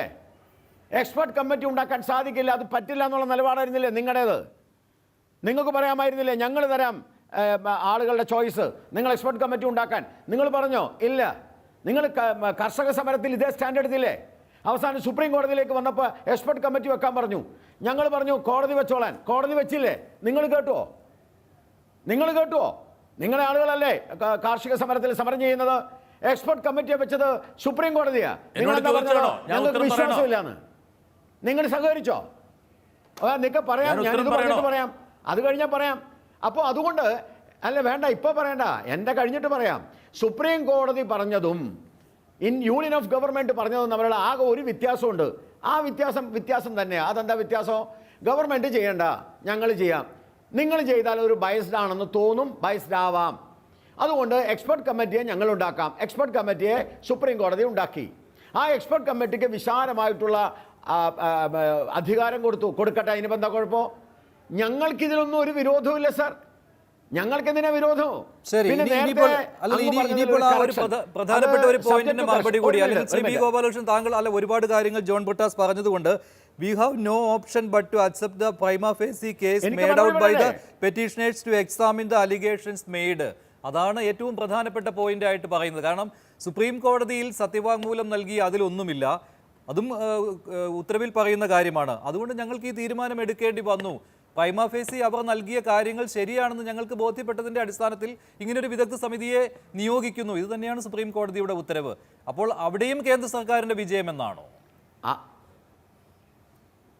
അല്ല, ഞാൻ പറയട്ടെ. ഒന്നാമത്തെ കാര്യം മഞ്ജുഷേ, ഇവിടെ നേരത്തെ ആ കാര്യത്തിൽ ഞാൻ ജോൺ ബ്രിട്ടാസുമായിട്ട് യോജിക്കുകയാണ്. നമ്മളിവിടെ വിജയമാണോ പരാജയമാണോ നോക്കേണ്ട ആവശ്യമില്ല. നമ്മളെ ഏതെങ്കിലും തരത്തിൽ നമ്മുടെ സുരക്ഷയെയോ അല്ലെങ്കിൽ ഏതെങ്കിലും തരത്തിൽ ഇത്തരത്തിലുള്ള സ്വകാര്യതയോ BJPയെ സംബന്ധിച്ചിടത്തോളം കോൺസ്റ്റിറ്റ്യൂഷനുമായി ബന്ധപ്പെട്ട് സ്വകാര്യത സംരക്ഷിക്കണം, വ്യക്തികളുടെ സ്വകാര്യത സംരക്ഷിക്കണമെന്ന് തന്നെയാണ് ഞങ്ങളും പറയുന്നത്. അതുകൊണ്ട് ഇത് കേന്ദ്ര ഗവൺമെൻറ്റിൻ്റെ വിജയമാണെന്നോ അല്ലെങ്കിൽ ഇത് പെറ്റീഷനേഴ്സിൻ്റെ വിജയമാണെന്നൊന്നും ഞാൻ പറയാൻ ആഗ്രഹിക്കുന്നില്ല. ഞാൻ പറഞ്ഞിട്ടുമില്ല ഇത് കേന്ദ്ര ഗവൺമെൻറ്റിൻ്റെ വിജയമാണെന്ന്. ഞാൻ ഈ ചർച്ച പറഞ്ഞില്ലല്ലോ. ഞാൻ പറഞ്ഞത് എന്താ? കേന്ദ്ര ഗവൺമെൻറ് ആഗ്രഹിച്ചത് സുപ്രീം കോടതിയിലൂടെ വെളിയിൽ വന്നിരിക്കുന്നു എന്നാണ് ഞാൻ പറഞ്ഞത്. അതിനെ വിജയമാക്കി മാറ്റിയതും പരാജയമാക്കി മാറ്റിയതും ഒക്കെ നിങ്ങൾ ചർച്ചയില്ല, ഞാൻ പറഞ്ഞിട്ടില്ല. ഒന്ന്. രണ്ടാമത്തെ കാര്യം, പ്രിമാ ഫേസ് സ്വാഭാവികമായിട്ടും പ്രിമാ ഫേസി അതിനകത്ത് ചില അലിഗേഷൻസ് വന്നിട്ടുണ്ട്. ആ അലിഗേഷൻ എന്താ? ആ അലിഗേഷൻ ആംനസ്റ്റി പറഞ്ഞത് 50,000 പേരുടെ 50 രാജ്യങ്ങളിലെ, ഇന്ത്യയിലെ 300. അതിൽ തന്നെ കുറേ കുഴപ്പങ്ങളുണ്ട്, അത് വേറെ വിഷയം, ഞാൻ അതിലേക്ക് പോകുന്നില്ല. ഇപ്പോൾ കർണാടകയിലെ സന്തോഷ് ഹെഗ്ഡെ, ആ സന്തോഷ് ഹെഗ്ഡെ 8 വർഷം മുമ്പ് ഉപേക്ഷിച്ച ഫോണിൻ്റെ നമ്പറാണ് വന്നിരിക്കുന്നത്. ആംനസ്റ്റി തന്നെ പറഞ്ഞിട്ടുണ്ട് ഈ ഫോൺ നമ്പർ മുഴുവൻ കൃത്യമാണോ എന്ന് ഞങ്ങൾക്ക് പറയാൻ പറ്റില്ല. ഇനി ഒരു കാര്യം കൂടി പറയാം, ഞാൻ അതുകൂടി പറഞ്ഞു കഴിഞ്ഞാൽ മറ്റേ വിഷയത്തിലേക്ക് വന്നേക്കാം, പെട്ടെന്ന് തീർക്കാം 1 മിനിറ്റിനുള്ളിൽ. വാട്സാപ്പ്, ഇതുമായി ബന്ധപ്പെട്ട് വാട്സാപ്പിൽ ഇതേപോലെ ആരോപണം വന്നില്ലേ? അന്ന് ജോൺ ബ്രിട്ടാസ് രാജ്യസഭയിൽ ഉണ്ടോയെന്ന് എനിക്കറിയില്ല. എനിക്ക് തോന്നുന്നു 2017 കാലഘട്ടത്തിൽ തന്നെ ഈ വിഷയവുമായി ബന്ധപ്പെട്ട് പ്രകാശിസുമായി 19 അപ്പോൾ അതെ, ആ 19 വന്നില്ലേ? അന്ന് വാട്സാപ്പുമായി ബന്ധപ്പെട്ട് പെഗാസസിൻ്റെ ഈ തരത്തിലുള്ള സ്നൂപ്പിനെ കുറിച്ച് വന്നില്ലേ? അവിടെ അവസാനം എന്തുണ്ടായി? കപിൽ സിബൽ വക്കീലായിട്ട്, വാട്സാപ്പിൻ്റെ വക്കീലായിട്ട് കപിൽ സിബൽ വന്നപ്പോൾ കപിൽ സിബൽ അതങ്ങ് വിഴുങ്ങി, അങ്ങനെ ഒരു സംഭവം ഉണ്ടായിട്ടില്ല എന്ന് പറഞ്ഞു. അതേ കോൺഗ്രസ്സുകാരാണ് ബഹളം വെച്ചത്. കപിൽ സിബൽ അവിടെ വന്നപ്പോൾ ഇങ്ങനൊരു സ്നൂപ്പിംഗ് നടന്നിട്ടില്ല, ഇങ്ങനൊരു സംഭവമില്ല എന്ന് പരോക്ഷമായി വളരെ കൃത്യമായി കോടതി പറഞ്ഞില്ലേ? വാട്സാപ്പ് വിവരങ്ങൾ ചേർന്ന കാര്യം പെഗാസസ് വഴി അതും അന്വേഷിക്കട്ടെ. ഞാൻ അല്ല ചോദിച്ചോളുന്നേ. അതിനകത്ത് ഒരു കാര്യം ചോദിക്കട്ടെ. 1951 നമ്മളെല്ലാവരും ഉച്ചസ്ഥലം പറയുന്ന ജനാധിപത്യത്തിൻ്റെ അപ്പോസ്തലൻ എന്ന് പറയുന്ന ജവഹർലാൽ നെഹ്റു അല്ലേ റീസണബിൾ റെസ്ട്രിക്ഷൻ കൊണ്ടുവന്നത്? റീസണബിൾ റെസ്ട്രിക്ഷൻ എന്ന് പറയുന്നത് ഭരണഘടനയുമായി ബന്ധപ്പെട്ട വിഷയവുമായി ബന്ധപ്പെട്ട റീസണബിൾ റെസ്ട്രിക്ഷൻ, അതായത് നമുക്ക് സ്വകാര്യതയുണ്ട്, അതിന് റെസ്ട്രിക്ഷൻ ഉണ്ടെന്ന് കൊണ്ടുവന്നത് ജവഹർലാൽ നെഹ്റു അല്ലേ? ഇനി നിങ്ങൾ സ്നൂപ്പിങ്ങിൻ്റെ കാര്യം പറഞ്ഞാൽ അതും കൂടി പറഞ്ഞു തന്നേക്കാം. നിങ്ങളുടെ സർക്കാരായിരുന്നില്ലേ 2008 ഭരിച്ചിരുന്നത്? അതായത് CPM പിന്തുണ കൊടുത്ത UPA സർക്കാരായിരുന്നില്ലേ? എൻ്റെ കയ്യിൽ RTA യുമായി ബന്ധപ്പെട്ട് ഇന്ത്യ ടുഡേ പ്രസിദ്ധീകരിച്ചത്, അതായത് 2013 ഇന്ത്യ ടുഡേ പ്രസിദ്ധീകരിച്ചത് എൻ്റെ കയ്യിലുണ്ട്. അതിനകത്ത് പറഞ്ഞിരിക്കുന്നത് എന്താ? അതിനകത്ത് വളരെ കൃത്യമായി പറഞ്ഞു, RTA reveals that UPA government എന്ന് പറഞ്ഞാൽ നിങ്ങളുടെ ഗവൺമെൻറ്, നിങ്ങളും കോൺഗ്രസും ഭരിച്ച government has a snooping on 9,000 phone and 500 email in every month. എന്നാണെന്നറിയോ? 2008 ഡിസംബർ മാസം 22-ാം തീയതി 2013 RTA റിപ്ലൈ ആണ് ഞാനിപ്പോൾ നിങ്ങളോട് പറഞ്ഞത്. അപ്പോൾ ആ സ്വകാര്യത ചൂഷണം ചെയ്ത ആ സർക്കാരിൻ്റെ ഭാഗവാക്കായിരുന്നില്ലേ? നിർഭാഗ്യവശാൽ നിങ്ങൾ അന്ന് രാജ്യസഭയിൽ പോയിട്ടില്ല എന്ന് മാത്രമേ ഉള്ളൂ. ആ സർക്കാരുമായി ബന്ധപ്പെട്ട പിന്തുണ കൊടുത്ത CPM-ന്റെ പ്രതിനിധിയാണ് താങ്കൾ. അപ്പോൾ ഇതൊക്കെ ഇനിയും പിണറായി വിജയൻ സ്പ്രിംഗ്ലർ കൊണ്ടുവന്ന കാര്യവും ഇവിടുത്തെ മുഖ്യമന്ത്രി ഫോൺ ചോർത്തുന്നതുമില്ലേ? ഇന്ത്യൻ ടെലഗ്രാഫ് ആക്ടിൽ സെക്ഷൻ 5 എന്നാൽ പിന്നെ സുപ്രീം കോടതിക്ക് ഒരു കാര്യം ചെയ്യാമായിരുന്നല്ലോ. ഇന്ത്യൻ ടെലഗ്രാഫ് ആക്ടിലെ സെക്ഷൻ 5 എടുത്തു കളയണമെന്ന് പറയാമായിരുന്നില്ലേ? നിങ്ങൾ പുട്ടുസ്വാമിയുടെ കാര്യം പറഞ്ഞല്ലോ. എൻ്റെ ഇന്ത്യൻ ടെലഗ്രാഫ് ആക്ട് സെക്ഷൻ 5 ഇപ്പോഴും നിൽക്കുന്നത് ആരുടെ ഫോൺ വേണേലും ഇന്നും സെർച്ച് ചെയ്യാനുള്ള അവകാശം സ്റ്റേറ്റിനുണ്ട്. അത് മുഖ്യമന്ത്രി എന്ന നിലയിൽ പിണറായി വിജയനുമുണ്ട്, പ്രധാനമന്ത്രി എന്ന നിലയിൽ നരേന്ദ്രമോദിക്കുണ്ട്. ശ്രീ ബി ഗോപാലകൃഷ്ണൻ ഏറ്റവും അവസാനം പറഞ്ഞ കാര്യത്തിൽ നിന്ന് ശ്രീ ജോൺ ബ്രിട്ടാസ് ഈ ഇന്റലിജൻസ് ഏജൻസികൾ ഫോൺ ചോർത്തുന്ന കാര്യവും ഈ പെഗാസസ് പോലെയുള്ള സ്പൈവെയർ ഉപയോഗിച്ച് പൗരന്മാരുടെ ഫോൺ ചോർത്തുന്ന കാര്യവും ഇത് തമ്മിൽ വേർതിരിച്ച് കാണുന്നതിന് വേണ്ടി സുപ്രീം കോടതി ചില കാര്യങ്ങൾ നിരീക്ഷിച്ചിട്ടുണ്ടല്ലോ. ഈ സ്വകാര്യതയും അതുപോലെ തന്നെ ദേശസുരക്ഷയും. അത് കൃത്യമായിട്ടുള്ള ഒരു നിരീക്ഷണമാണോ? അതോ ഇപ്പോൾ ശ്രീ ബി ഗോപാലകൃഷ്ണന്റെ സംശയം പ്രകടിപ്പിച്ചതുപോലെ അത്തരം കാര്യങ്ങളിലേക്ക് എന്തുകൊണ്ട് കോടതി പോയില്ല എന്ന്?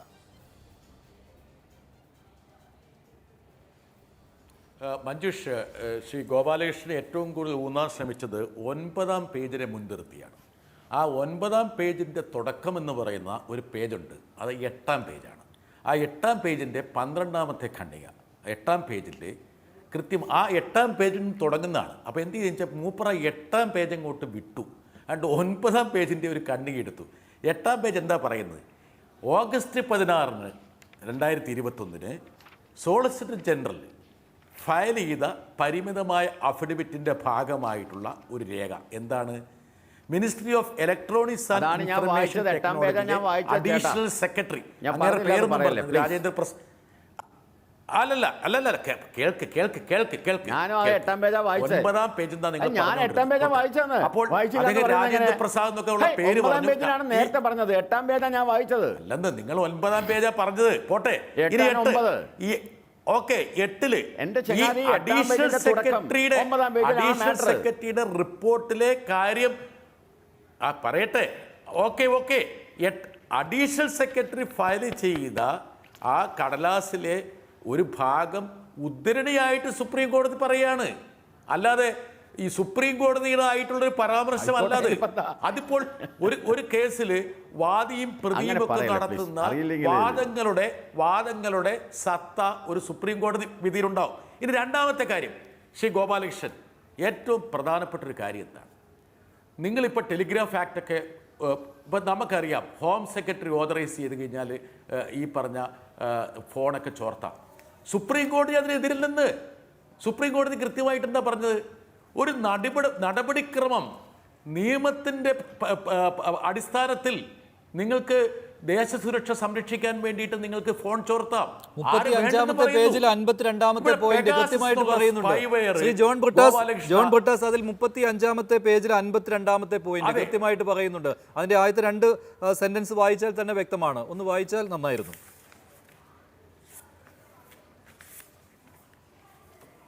അല്ല, അത് കൃത്യമാണ്. ഞാനത് കേട്ട് 35-ാം പേജ് എൻ്റെ കയ്യിലുണ്ട്. അതായത് അതിനകത്ത് കൃത്യമായി ഓപ്പറേറ്റീവ് പോർഷൻ പറയുന്നുണ്ട്. അതായത് there is thus a broad consensus that unauthorised, അതിൻ്റെ അവസാനം പറയാണ്, there is a broad consensus that unauthorised surveillance accessing of store data from phones and other devices of citizens for reasons other than national securities would be illegal, objectionable and a matter of concern എന്ന് പറഞ്ഞാൽ. ഞാനൊരു കാര്യം ചോദിച്ചോട്ടെ ഗോപാലകൃഷ്ണ, ഇവിടെ രാഹുൽ ഗാന്ധിയുടെയും അതുപോലെ ഇവിടുത്തെ മാധ്യമ പ്രവർത്തകരുടെയും നിങ്ങളുടെ തന്നെ മന്ത്രിമാരുടെയും സുപ്രീം കോടതി ജഡ്ജിമാരുടെയൊക്കെ ഫോൺ ചോർത്താൻ അവരെന്താ ലഷ്കർ എ തോയ്ബയുടെ പ്രവർത്തകരാണോ? ജെയ്ഷെ മുഹമ്മദിന്റെ പ്രവർത്തകരാണോ? ഇന്ത്യയിലെ പ്രധാനപ്പെട്ട മാധ്യമ പ്രവർത്തകരുടെ ഒക്കെ ഫോൺ ചോർത്തിയില്ലേ നിങ്ങൾ? ഇത് ചോർത്തലല്ല. ഗോപാലകൃഷ്ണൻ മനസ്സിലാക്കേണ്ടതെന്ന് വെച്ചാൽ ഇത് ആരെങ്കിലും ഒരാൾ സംസാരിക്കുമ്പോൾ അവരുടെ ടെലിഫോൺ സംഭാഷണം മാത്രമല്ല.